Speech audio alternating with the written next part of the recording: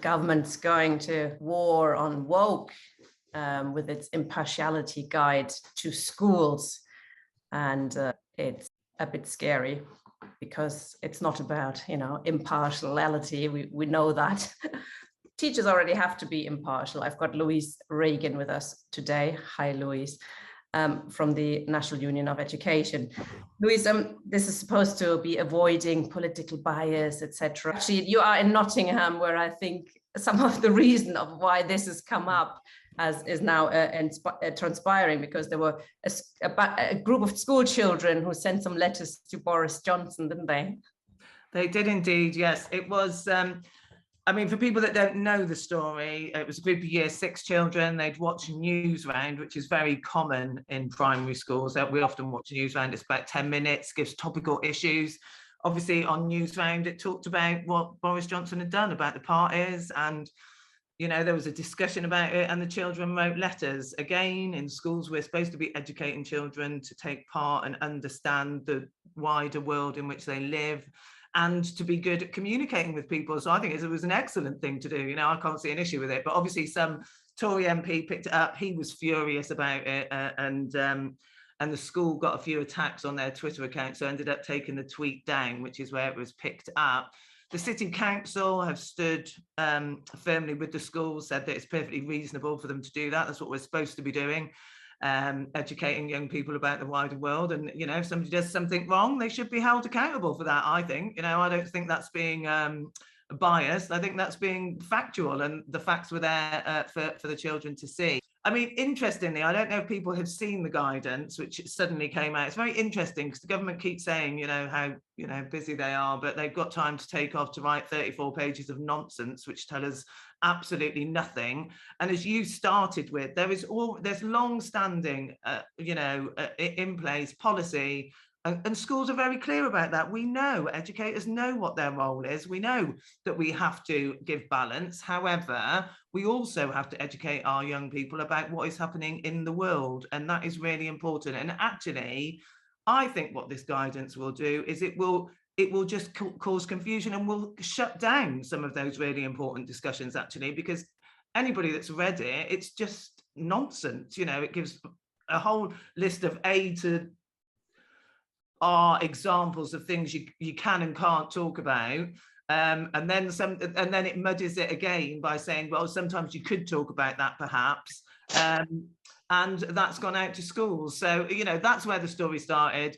The Tory MP was furious that a school dare write to Boris Johnson telling him he'd done something wrong. And, lots of us would, I would applaud them for writing and telling him that. And the government has now produced guidance, which I think, and my union thinks, is just going to worsen the situation in terms of schools taking up issues which we think they should be taking up and talking about. And actually, I think school is a safe place for children to talk about these sorts of issues. It's where they feel that they can raise concerns and feel that they can have a discussion and hear about different views. So I think it's very dangerous that the government is doing this. And it's, of course, it doesn't take a genius to work out what you're taught in schools is one view of a particular, history. History is written by the victors, as somebody said.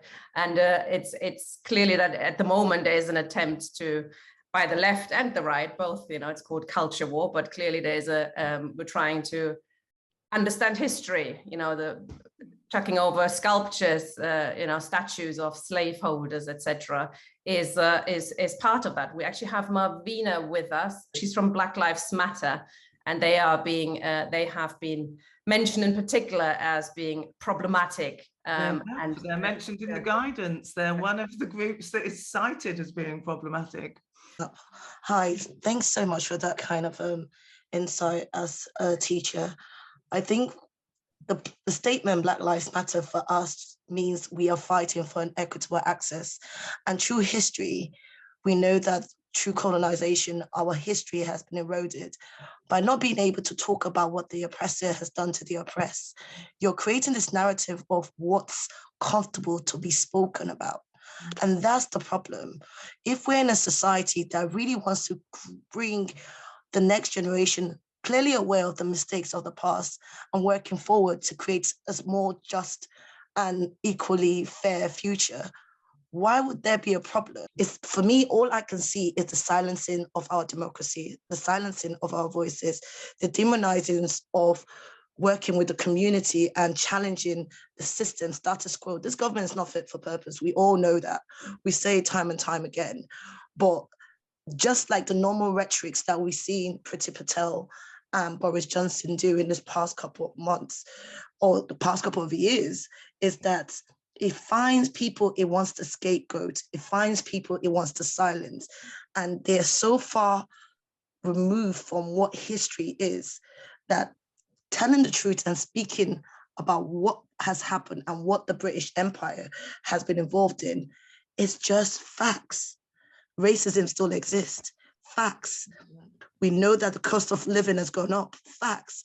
But we also know that even with climate justice, we know that people who are from the global south, from marginalized communities, are facing environmental racism. Edmonton, good example. You can see these conversations going on, not being able to link it in your educational curriculum to make sure when you talk about climate justice, you talk about those issues. That's what Black Lives Matter means to me. It's very important to teach all children the true history of this country while challenging those who choose to bury and silence the voices of Black lives. I think it has to be seen in the context of IRA in universities, it has to be seen in the context of the Nationalities Bill, the Crime and Policing Bill. I mean, these are major attacks on our right to protest. We've discussed this before. I think there's an issue here that, at the moment, the working class is not particularly strong, but this could change really, really quickly. And what we're seeing here is a preparation to keep us down and make sure that they can put us away when we start protesting. Marvina, I'm just going to share quickly there's a protest I think that you're involved in as well. This is the Nationality and Borders Bill. If you've not heard about it, this bill seeks to demonize and criticize people from migrant communities where our citizenship can be stripped away. So someone like me, so now they've got the Police and Crime Sensitive Bill that would demonize me by organizing a protest and I could go to 10 years in prison. They can't catch you on that, so they're going to try and catch you on the Nationality and Borders Bill. How many of us have helped someone who is a refugee, an asylum seeker, while they're trying to get their legal status? Well, guess what? You get to go to prison too. We've seen the boats capsizing in seas and we see young bodies dying and we are really upset by that. But now, if you jumped in the water to save that person, you can also go to prison. Like, this is the criminal system that the Nationality and Borders Bill, I am British. But imagine being made stateless just because I might be seen as a threat without any notification. I cannot appeal for it. I would not be notified and my rights to live in this country will be removed. That means rights to get an NHS, rights to be able to get a job, rights to do anything. So this is why it's important to have these conversations, because the Nationality and Borders Bill, it's something that is so insidious, so silently spoken. They made it out to look like it's only terrorists that can have the nationality stripped from them. But when you read section 9 of it, it goes so deep into this rabbit hole that anyone who is migrant can lose their rights to be in this country, even though they're citizens. Would be quite good if we had some kind of political party that challenges all these attacks on us, wouldn't it? Thank you both for joining us very much.